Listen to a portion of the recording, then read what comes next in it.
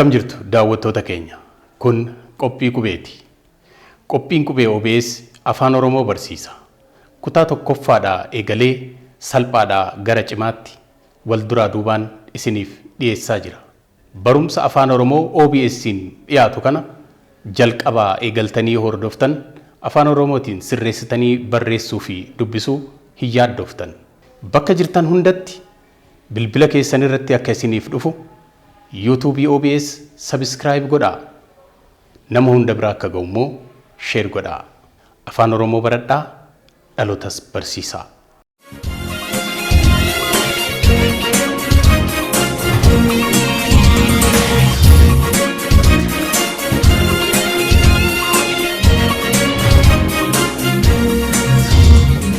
Akkam jirtu daawwattoota keenya. Kun qophii qubee torbanitti al tokko kan isin biraan geenyu qophii barnoota qubeeti. Yeroo darbe waa'ee sagalee irrabutaaf sagalee hudhaa ilaallee turre. Hudhaan maaliif akka nu gargaaru waliin ilaallee turre. Innis maal jennee hudhaan qubee dubbachiistuu gosa garaagaraa lama taatee yeroo walitti aantee dhuftu addaan baasuuf akka nu gargaaru itti fayyadamnu waliin ilaallee turre. Akkasumas qubee dubbachiistuun kan boci isaanii tokko ta'e kan wal fakkaatu sadii ta'anii afur ta'anii gaafa dhufan addaan baasuuf akka itti gargaaramnu waliin ilaallee turre jechuudha. Kana malee faayidaa hudhaan nu gargaartu kan itti fayyadamnuuf inni biraan qubeelee garaagaraa kanneen akka haa, laa bakka bu'uudhaan jecha keessatti waa, yaa warra jennu bakka bu'uudhaan iddoo isaanii bu'uudhaan hiika jecha sanaa osoo hin jijjiirin akka nu fayyaduu dandeessu itti gargaaramuu dandeenyu waliin ilaallee turre jechuudha. Har'a kan waliin ilaallu mata dureen keenya guyyaa har'aa waa'ee jechaa ta'a. Waa'ee jecha. Jecha maalummaa jechaa ilaalla. Mee jechi maalidha jettaniit hubannuu qabdu kana dura. Jechi maalidha? Jechi qindaa'ina yookaan gurmaa'ina sagaleewwan dubbii yookaan qubeelee dubbifamaa fi dubbachiistuu irraa kan ijaaramudha. Kunis yeroo isiniin jennu qubeeleen dubbifamaa fi dubbachiistuu argine walitti daballeeti osoo hin taane akkaataa hiika qabaachuu danda'uun jechi sun hiika qabaachuu danda'uun qindaa'ee gaafa barreeffamedha jecha kan ta'u. Kanaaf jechi qindaa'ina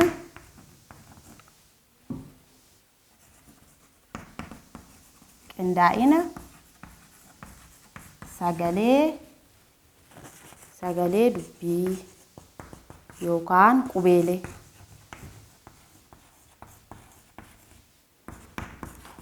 Qubeelee irraa ijaarama.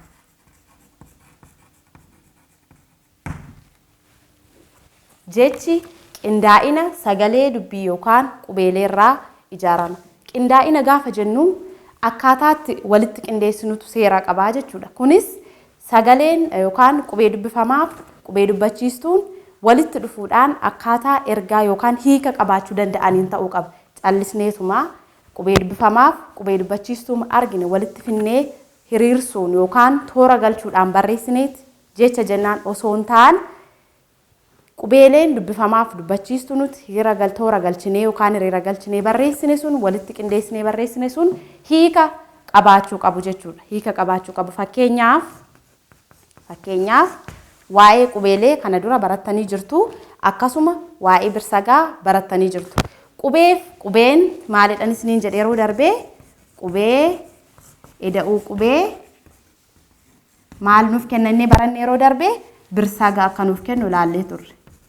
Qubee eda'uu qubee birsagaa akka kennu. Fakkeenyaaf kanumarraa eegallee yoo ilaallu qubee dubbifamaa baa fi qubee dubbachiiftuu a yoo fudhanne birsaga ba jedhu arganna. Birsaga ba jedhu arganna. Kan kun qindaa'ina birsagni kun qindaa'ina qubee dubbifamaa fi qubee dubbachiiftuurraan birsaga baa jedhu arganne. Baa fi a walitti eda'uudhaan ba birsaga jedhu arganne jechuudha. Birsaga eda'uu birsagaa walqixa maal nuuf kennaa?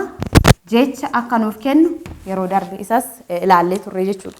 Sababni isaa birsaga fakkeenyaaf qubee dubbifamaa baa fi qubee dubbachiistuu a walitti fiduudhaan birsaga ba jedhu arganne. Fakkeenyaaf qubee dubbifamaa la eda'uu fi a eda'uus yoo fudhanne la kan jedhu arganne. Kun amma fakkeenyaaf birsaga ba jedhuu fi la jedhu yoo fudhanne maal arganna walitti daane baala kan jedhu arganna. Birsaga ba jedhuu fi birsaga la jedhutu walitti dhufuudhaan baala nuuf kenne. Kanaaf walumaa gala kun baala kan jedhu kun jechadha. Jechi baala jedhu kun qindaa'ina qubeelee irraa kan ijaarame yookaan qindaa'ina sagaleelee irraa kan ijaaramanidha. Kana yeroo jennu qubeewwan ba, a, la fi aan walitti qindaa'aniiti. Yeroo walitti qindeessinu immoo akkaataa hiika qabaachuu danda'aniin qindaa'aniiti akka kanatti jecha ijaaruu jechuudha. Kanaan amma jecha jechuun ni dandeenya. Hiika yoo qabaate qofadha kan nuun jecha jechuu ni dandeenya. Callisneetuma fakkeenyaaf qubeelee ma argine caa jenneema, a jenneema, ba jenneema, laa jenneet waanuma barbaanne akkanatti yoo walitti finnee kun qubeewwan toora galaniiru yookaan hiriira galaniiru. Garuu immoo jecha ta'uu hin danda'an. Maaliif akkaataa hiika qabaachuu danda'aniin hin qindoofne akkasuma immoo yoo kana dubbisaas ni jedhu dubbisuullee hin dandeessan jechuudha. Kanaaf jecha jechuun hin dandeenyu. Garuu fakkeenyaaf caale jedhee yoon barreesse hiika qaba jechuudha. Kun hiika qaba. Kanaaf jecha jechuun hin dandeenya. Kanaan garuu jecha jechuun hin dandeenyu. Warroottan kanaan jecha jechuun hin dandeenyu. Maaliif qubeewwan dubbifamaaf dubbachiistuun yookaan qubeewwan afaan Oromoo keessatti fayyadamnu kun akkaataa hiika qabaachuu danda'aniin waan hin qindaa'iniif jecha ta'uu hin danda'an. Kanaaf jechi qubeewwan akkaataa hiika qabaachuu danda'aniin gaafa qindaa'an hiika gaafa qabaatantu jecha jennaan. Akkasuma qubeewwan dubbifamaaf dubbachiistuu yeroo walitti dhufan birsaga uumu. Birsagoonni garaagaraa kun immoo yeroo walitti dhufan birsagootni garaagaraa birsagni hiika hin qabu siniin jedheera. Bakka tokko tokkotti immoo hiika qaba siniin jedheera yeroo darbe. Fakkeenyaaf amma asitti ba eda'uu a jennee ba kan jenne kun hiika hin qabu. La eda'uu a jennee la kan jenne hiika hin qabu. Birsaga fakkeenyaaf ba jennee asitti birsaga ba kan jenne birsagootuma kana lamaan walitti finneet jecha baala jedhu gaafa arganne garuu hiika godhatan jechuudha. Duratti adda adda ta'anii garuu hiika hin qabani. Kanaaf jechi birsagoota garaagaraa lamaaf isaa ol ta'anirraa walitti qindaa'uudhaanis ijaaramuu ni danda'a.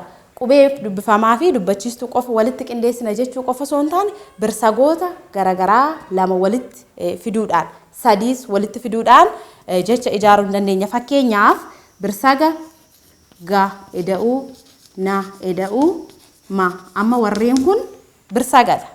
Ga na ma kan jennu birsagadha. Bakka tokkotti gaafa barreessinu immoo ganama. Kun jechadha. Maaliif hiika qaba waan ta'eef jechadha. Qindaa'ina birsagootaarraalleen ijaaramuu ni danda'a jechuu barbaadeen. Kanaafidha qindaa'ina birsagoota garaagaraa birsagoota lama ta'uu danda'a, sadii ta'uu danda'a. Birsagootni garaagaraa walitti qindaa'uudhaanis jecha nuuf kennuu danda'u jechuudha. Akkasuma qubeewwan qindaa'ina qubeewwanii jechuus ni dandeenya. Qindaa'ina birsagootaa jechuus ni dandeenya jechuudha. Inni biraan jechi qindaa'ina sagalee qubeelee irraa ijaarama. Akkasumas immoo hiika kan qabudha. Akkasumas qaamota garaagaraatti caccabuu kan danda'udha. Yeroon isiniin jedhu baala jecha jedhu kana jecha fakkeenyaaf jecha baala jedhu kana birsagatti caccabsuu ni dandeenya jechuudha. Baa fi la kan jedhu la kan jedhutu walitti dhufuudhaan maal nuuf kennanii jecha baala jedhu nuuf kennan. Kanaaf jecha baala jedhu kana qaamota garaagaraatti caccabsuu ni dandeenya. Bute yoo jennee qaamota garaagaraatti caccabsuu ni dandeenya. Kanas birsagatti caccabuu ni danda'a jechuudha. Birsagatti caccabuu ni danda'a. Gaafa birsagatti caccabsinu bu fi te kan jedhutu walitti dhufuudhaan maal nuuf kennanii jecha bute jedhu nuuf kennan. Akkasuma ganama kan jedhus kana qaamota garaagaraa isaatti yeroo caccabsinu ga na ma kan jedhutti caccabuu danda'a. Garuu hafuura tokkoon kan dubbifamudha jechi. afuura tokkoon kan dubbifamudha. Akka birsagoota yeroo dubbistan kana sagaleen keessan addaan ciccitu osoo hin taane jechi afuura tokkoon dubbifama. Baala jedhaa dubbisaa jedhamtanii baa jettanii laa jettanii miti akkasitti kan dubbistan afuura tokkoon baala jechuudhaan dubbistu. Kanallee afuuruma tokkoon bute jechuudhaan dubbistu. Kanas caale. Warroonni kun maaliif jecha ta'uu danda'anii hiika mataa isaanii waan qabaniifidha jechuudha. Hiika waan qabaniifi jecha jechuun ni dandeenya. Garuu yoo hiika kan hin qabne ta'e jecha jechuun hin dandeenyu jechuudha. Qubeelee garaagaraa walitti qindaa'aniif birsagootuma argine walitti finnee walitti daballee barreessineef jecha jechuun hin dandeenyu. Jecha jechuu kan dandeenyu yoo hiika qabaatan qofadha. Jecha malaammaltummaa jedhu. Jecha kun jecha tokkodha. Maaliif hiika qaba? Dheeraadha. Hiika qaba. Jecha tokkodha. Maal jedha? Malaammaltummaa jedha. Jecha malaammaltummaa jedhu kun jecha qaamota garagaraatti caccabuu qaba waan isiniin jedheefi yeroo caccabsinu birsagatti qoodu jechuudha. Qaamotatti caccabsu jechuun birsagatti yeroo qoqqoodnu akkamitti qoonnaa? Ma laa mal tum ma akkanatti qoodama. Birsaga meeqa qaba? 1 2 3 4 5. Qaama shanitti caccabe jechuudha. Qaamni tokko birsaga tokko jechuudha. Birsaga tokko ma laa mal tum ma akkanatti birsagatti qoqqoodna. Birsagatti yeroo qoonnu immoo yeroo darbe waa'ee seera birsagaa barattanii jirtu. Kun waan haaraa akkasinitti hin taaneefidha. Bakka sagaleen qubee dubbifamaan lama ta'ee sagalee jabaan jirutti birsaga tokkotti qubee dubbifamaas tokko birsaga jalqabaatti qubee dubbifamaas kaan immoo birsaga sattaanutti dabaluudhaan haala kanaan birsagatti qoqqoodama isiniin jedheera. Kanaaf jechi maalidha? Qaamotatti caccabuu kan danda'udha. Birsagootatti caccabuu kan danda'u, hiika qabaachuu kan danda'u. Afuura tokkoon kan dubbifamudha. Addaan qoqqoodni osoo hin taane afuura tokkoon kan dubbisuu dandeessanidha. Waa'ee maalummaa jechaas erga ilaallee amma gaaffii muraasan isiniif kennaa. Mee mana keessan taa'uudhaani gaaffii kana shaakalaa. Gaaffii kana shaakalaa mee fakkeenyaaf jechoota birsaga tokko qaban barreessaa. Jechoota birsaga tokko qaban lama barreessa.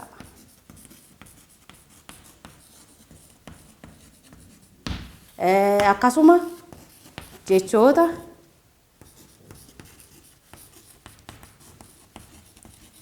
birsaga lama qabu. Jechoota birsagoota lama qaban. Jechoota birsagoota lama qaban barreessa. Jechoota birsagoota lama qaban lama barreessitu. Jechoota birsagoota lama qaban sadaffaa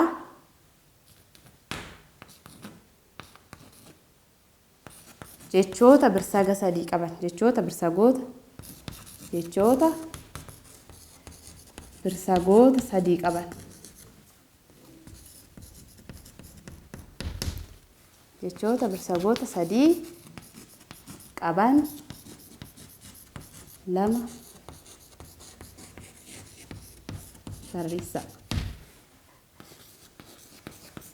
Jecha birsagoota afur qabu. Tokko.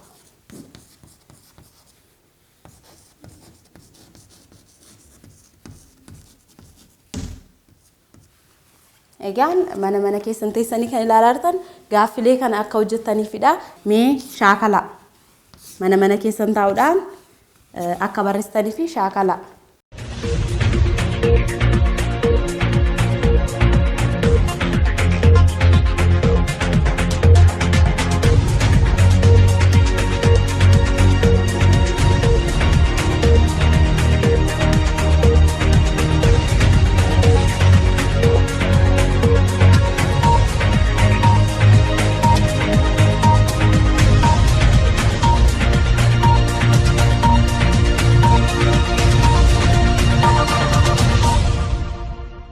Tole daawwattoota keenya gaaffilee keenya hojjettaniirtu.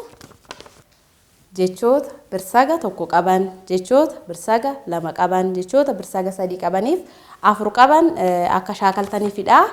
Mee waliin haa hojjennu. Isinillee kan mana keessan teessanii shaakaltan hedduu barreessuu ni dandeessu, garuu fakkeenyumaaf mee haa ilaallu. Kan isin barreessitan irraa adda ta'uu waan maluuf jechuudha. Birsagni hiika qabaannaan jecha ta'a isiniin jedheera. Kanaaf yeroo baay'ee afaan Oromoo keessa immoo jechi birsaga tokko qabu ni jiru isiniin jedheen jira. Fakkeenyaaf kan akka jecha loon, foon. Jechootni akkasii kun jechoota birsaga tokko qabanidha jechuudha. 5 kun jecha birsaga tokko qabudha jechuudha. Lammaffaan maalidhaan isiniin jedhe jechoota birsagoota lama qaban kanneen duratti isin barsiisedha. Birsaga sagalee gabaabaa kan qaban ta'uu danda'a, sagalee dheeraa kan qaban ta'uu danda'a. Jechoota birsagoota lama qaban walitti fiduudhaan kan barreeffamu fakkeenyaaf mana, buna yoo jenne jechootni kun jechoota birsaga lama qabanidha. Maaliif jechi maalidhaan isiniin jedhe qaamota birootti caccabuu kan danda'u isiniin jedheera. Birsagootatti kan caccabuu danda'u ta'uu qaba. Kana yeroo birsagatti qoonnu ma fi na kan jedhutti qoodama jechuudha. Birsaga meeqa qaba jechuudha? Birsaga lama qaba. Buna kan jedhu yoo ilaalle bu na birsaga lama qaba. Birsagatti yeroo qoodde yookaan immoo birsaga gaafa barreessitanii mallattoon kuni yookaan sarara xiqqaan qubee kanaan yookaan birsaga kanaan dura yoo jirte ta'ee birsagni asitti hafe ni jira kan jedhu agarsiisa yookaan immoo qubeen ganaa hafe ni jira kan jedhu agarsiisa jechuudha. Dura kana barreessitan taanaan immoo kana asitti yookaan birsaga qubee naa kana asitti birsagni hafe jiraachuu isiniif agarsiisa jechuudha. Duwwaa masaa callistanii buumaaf naa qofa yoo barreessitanii hin ta'u jechuudha. Kanaaf jechoota birsagatti yeroo qooddan kanallee of eeggannoo gochuu qabdu jechuudha. Of eeggannoo gochuu qabdu. Sadaffaan jechoota birsaga sadii qaban isiniin jedheera. Fakkeenyaaf jecha balbala. Jecha balbala jedhu yoo fudhannee birsaga meeqa qabamee isinilleen kan mana keessan teessanii barreessitan jechoota birsaga sadii qabu kan barreessitan sana birsaga isaatti yookaan jecha sana qaamota jechaatti qoqqoodaa yookaan caccabsaati. Isa kanallee mee caccabsaa hojjedhaa laalaamti. Balbala yoo jenne teessuma, teessuma,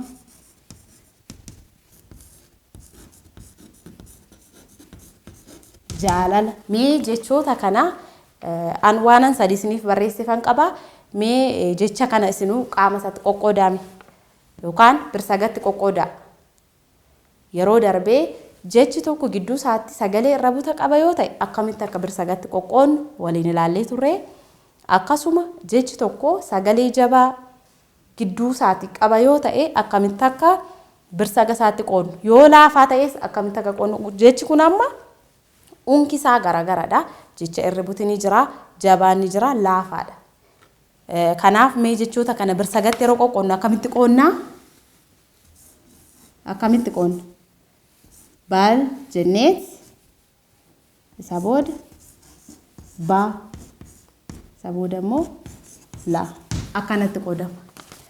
Qubee dubbifamaan gosti garagaraa yookaan sagaleen irra buta as jirtu kuni tokko birsaga jalqabaatti maxxana, tokko immoo birsaga isa lammataatti ittiin eegaltu. Kanaaf haala kanaanidha kan birsagatti qooddan. Akkasuma jecha jabaa teessuma jedhu birsagatti qooddaniittu akkamitti qoodna? Tees su fi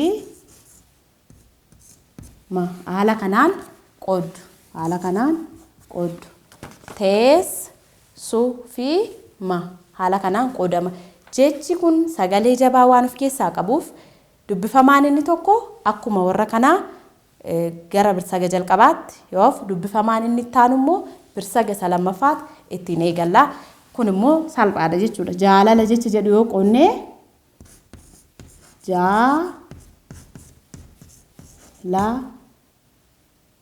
fi la haala kanaan jaa la haala kanaan qooddu jechuudha. Kanaaf yeroo qaamota jechaatti caccabsitanii of eeggannaa gochuu qabdu. Birsaga salphaadha. Birsagootuma kana immoo jechatti yeroo deebistan kanuma jechoota kana isiniif kenna jechuudha. Jechoota kana isiniif kenna. Arfaffaan shaakalli keessan arfaffaan jecha birsagoota 4 qabu. Jecha birsagoota 4 qabu fakkeenyaaf jecha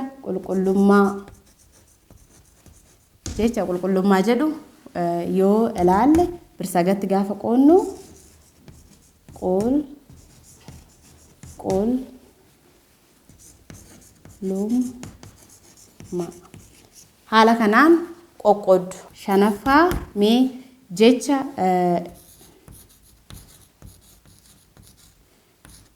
shororkeessummaa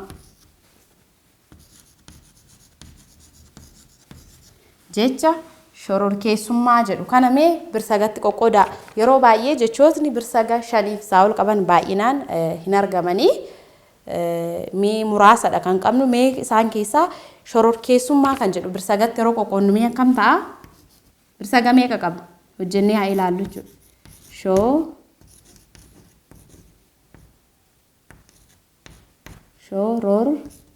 Shororkeess kun sagalee jabaa waan ta'eef tokko garanatti tokko immoo birsaga araattiin eegallas niin jedheera duratti.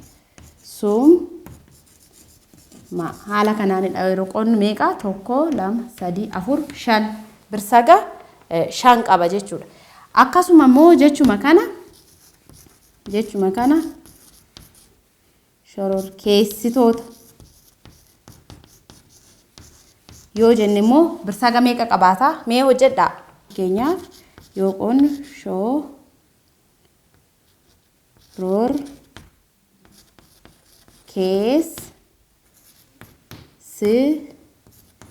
shororkeessitoota birsaga 1 2 3 4 5 6 qaba jechuudha. Kun immoo birsaga 6 qaba. Kanaaf egaan jechoota birsaga isaaniitti yookaan qaama isaaniitti qoqqoodamuu gaafa danda'anidha jechoota jechuun yookaan jecha jechuun kan dandeenyu. Akkasumas birsagoota qoqqoodamanii yookaan caccabee jiru immoo walitti finnee hiika jecha qabu gaafa ijaaruu dandeenyetti jecha jechuun ni dandeenya. Kanaan achi birsaguma argine walitti finnee yoo jecha kan barreessinu ta'e hiika hin qabu yoo ta'e jecha jechuun hin dandeenyu. Garuu qubeewwan arginees birsagoota garagaraas walitti fufsiisne yookaan hiriirsine barreessuun ni danda'ama. Garuu jecha jechuun hin dandeenyu yoo hiika qabaate qofa kan jecha jechuun ni dandeenyu. Akkasumas immoo jechi qaamota birsagatti yookaan qaamotatti caccabuu kan danda'u ta'uu qaba. Hafuura tokkoon kan dubbifamus ta'uu qaba. Walumaa galatti gaa har'a kan baranne waa'ee maaliiti? Waa'ee maalummaa jechaa fi jechoota birsaga garagaraa qaban waliin ilaallee jirra. Torbee mata duree biraa qabannee aga walitti deebinutti turtuu gaarii.